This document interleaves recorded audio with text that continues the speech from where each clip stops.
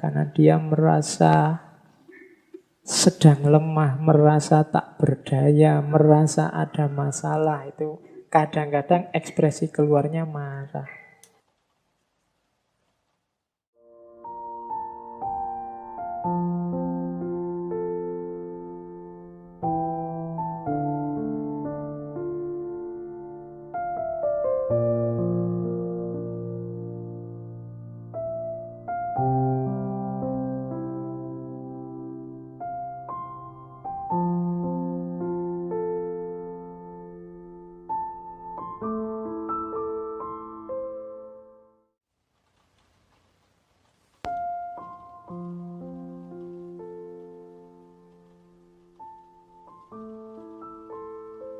Mari kita pahami emosinya orang sakit.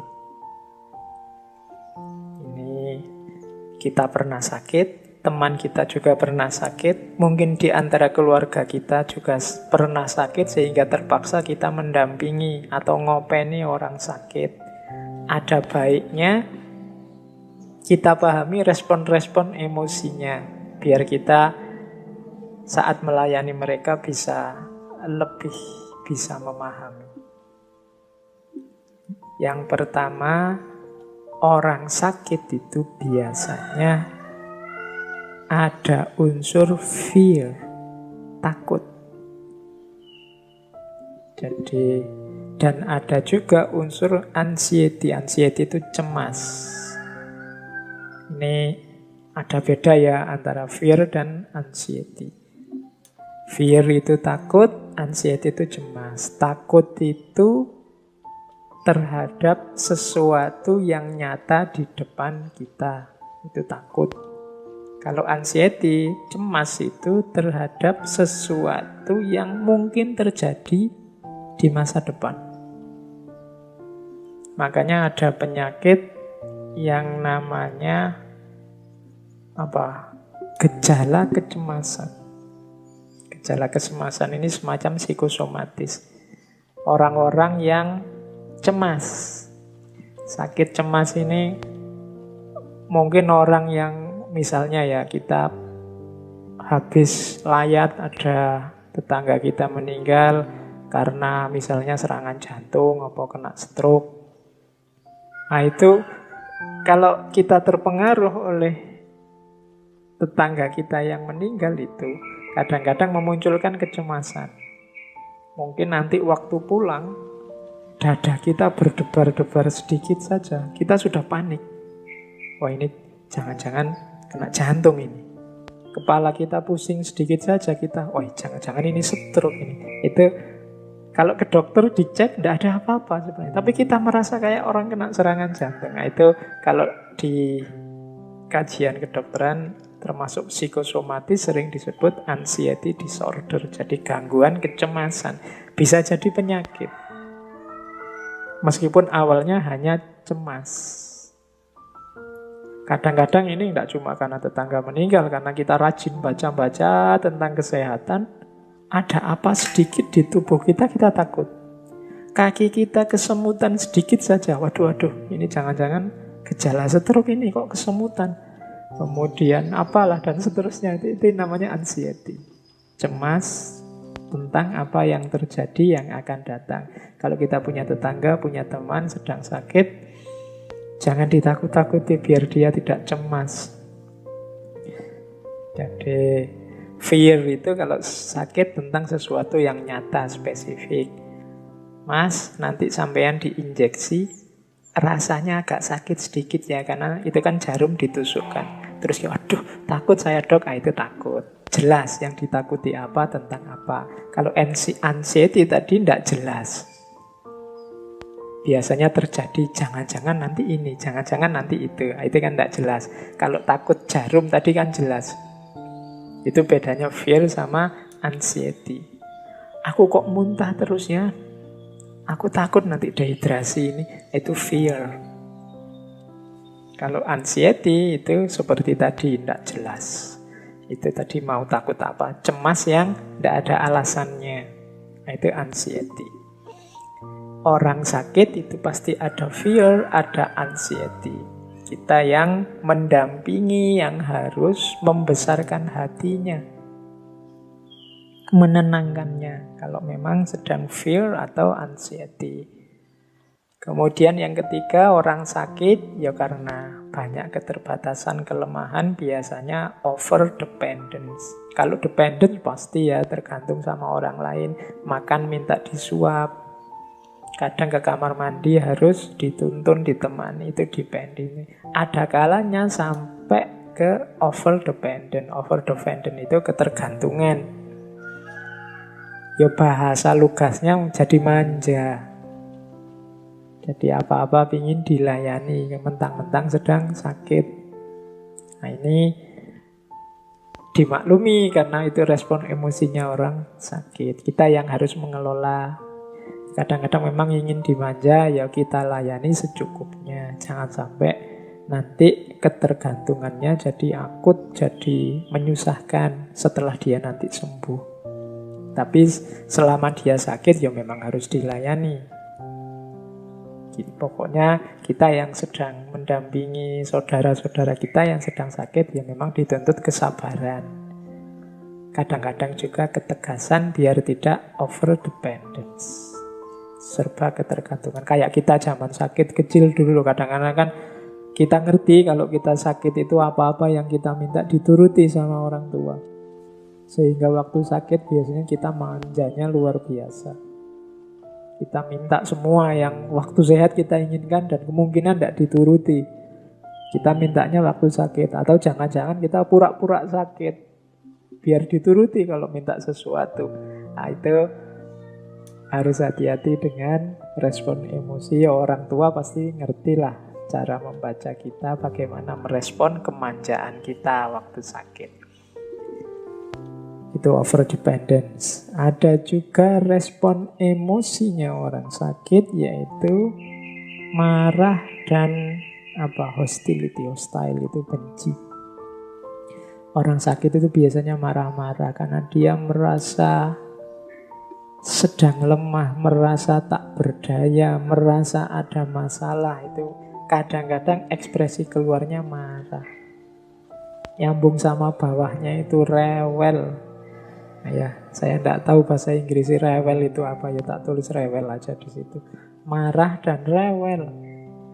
Habis minta apa diberi, terus tidak mau, ganti minta yang lain lagi, itu rewel. Ya kita maklumi karena memang situasinya sedang sakit beliau. Marah itu harus kita mampu menampung kemarahan mereka karena mereka sedang merasa lemah, sedang merasa tak berdaya, sedang merasa tidak enak, sedang merasa kesakitan dan lain sebagainya. Kadang-kadang keluarnya dalam bentuk kemarahan dan juga kerewelan. Ada yang regresi. Regresi ini menarik diri. Apa menarik diri itu? Jadi tidak pede.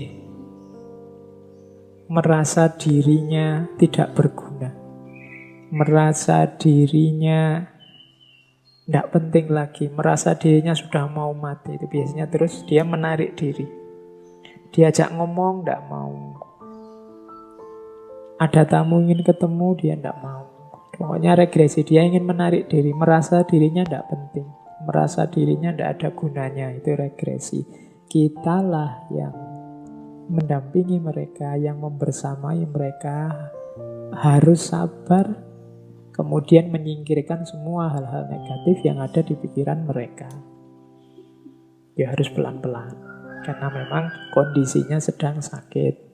Jadi ini slide ini menurut saya penting untuk kita yang sedang sakit memahami diri maupun teman-teman yang kebetulan punya keluarga, punya tetangga, punya teman sedang sakit dan kita punya sedikit atau banyak tanggung jawab kewajiban untuk melayani mereka.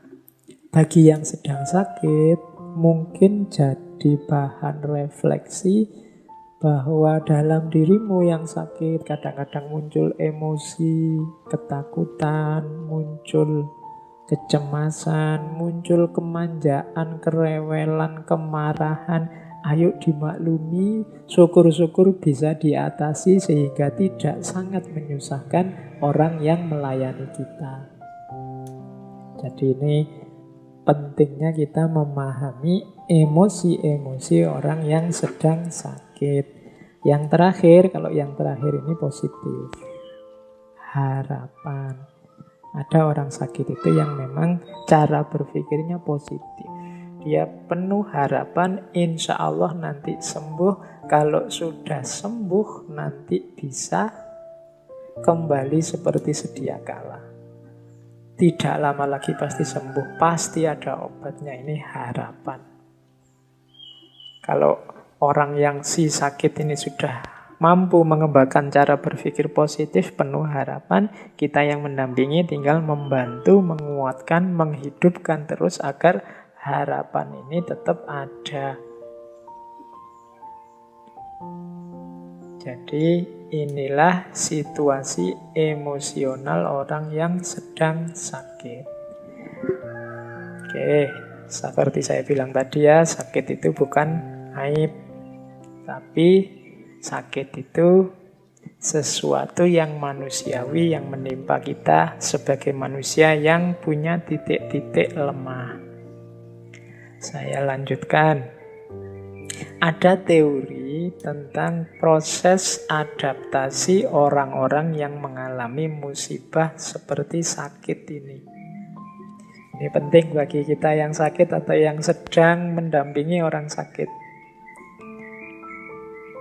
Serangan pertama, waktu kita dapat penyakit atau seseorang terkena penyakit, itu biasanya disikapi dengan denial. Denial itu penyangkalan. Nggak mungkin. Aku ini nggak sakit. Nggak mungkin sakit itu. Nggak mungkin sakit ini. Itu denial. Bukan aku. Ini kemarin di berita banyak ya orang yang disuspek sakit sudah terkena virus yang hari ini populer sekali itu, tapi ada denial. Jangan dimarahi orang-orang denial ini, itu manusiawi. Orang yang di pukulan pertama dia menyangkal. Ya kayak teman-teman itu loh, kalau waktu sedang baru diputus pacarnya pertama kita kan denial. Nggak lah, nggak mungkin, nggak seperti ini. Nah itu denial, menolak. Ini aku mesti sedang mimpi, ya, itu denial. Apa salahku, apa dosaku, denial, menyangkal. Manusiawi. Karena dapat ndak enak pertama itu kan biasanya kita tolak. Yes, mudahnya kalau teman-teman makan itu loh, kalau tiba-tiba menelan barang pahit atau barang ndak enak itu kan biasanya refleks terus kita muntahkan. Itu denial. Jadi orang yang sakit di pukulan pertama, di serangan pertama secara mental biasanya denial, menolak. Terus yang kedua, kalau ternyata memang benar kamu mau menolak gimana, hasil labnya sudah seperti itu, sudah jelas bahwa gejala-gejalanya kamu mengalami penyakit itu, biasanya level 2-nya adalah anger, marah. Entah marah yang dipendam dalam dirinya sendiri atau mungkin ada yang diungkapkan keluar. Jadi setelah jelas bahwa iya ternyata aku ini sakit, biasanya marah. Kayak kalian ya, tadi habis diputus denial, ternyata diputus beneran kan, terus marah. Fotonya dirobek-robek, postingan yang kemarin di Instagram, di Twitter, di Facebook terus dihapusi semua. Nah, itu anger. Ekspresi dari kemarahan. Ketika ternyata memang aku sedang sakit, ternyata aku memang ditolak, itu marah. Setelah menolak. Oke, setelah marah, ya marah kan ada durasinya. Marah terus-terusan ya capek. Biasanya terus ketika sudah turun marahnya muncul apa? Bargaining atau negotiation. Bargaining itu begini, negotiation. Ya mungkin aku terkena virus, tapi bukan yang paling parah kan, tapi masih ke depan nanti, masih sebentar lagi bisa disembuhkan kan, ada harapan kan, aku bisa balik padanya lagi kan, itu bargaining, negotiation. Jadi setelah marah menawar, itu bargaining. Yang lain banyak juga kan, nah itu bargaining. Tidak cuma aku kan, itu bargaining. Yang sembuh lebih banyak kan daripada yang mati, itu negotiation, bargaining, menghibur. Kadang-kadang hiburan ini tidak sukses juga ternyata. Misalnya tadi, yang meninggal lebih sedikit kan daripada yang sembuh misalnya. Terus jawabannya, iya sih, yang meninggal lebih sedikit. Tapi yang meninggal itu rata-rata yang faktor resiko. Nah, kamu punya faktor resiko ini. Nah, itu berarti bargainingnya gagal. Kayak tadi diputus, nanti kapan-kapan bisa kembali kan?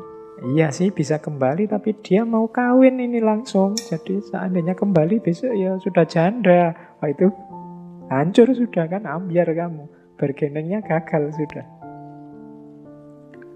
Tadi marah, sudah turun melakukan bargaining, gagal. Yang terjadi apa? Biasanya depresi, stres. Nah ini ya teman-teman yang mendampingi saudara-saudara kita yang sakit, ayo dipahami ya fase-fase ini, ditemani, benar jangan sampai melakukan hal-hal yang negatif, yang kontraproduktif untuk kesembuhannya. Apalagi di fase depresi ini. Bantu dia melewati fase depresi ini. Sampai nanti terakhir acceptance. Biasanya kalau sudah pulih sama sekali, sudah sadar sama sekali tentang kenyataan dirinya, baru bisa menerima. Ya sudah, memang situasiku memang begini, mau apa lagi, pasrahkan saja semuanya pada Allah, dan seterusnya. Ini namanya acceptance, sudah menerima apa yang harus diterima, memang kenyataannya sedang sakit.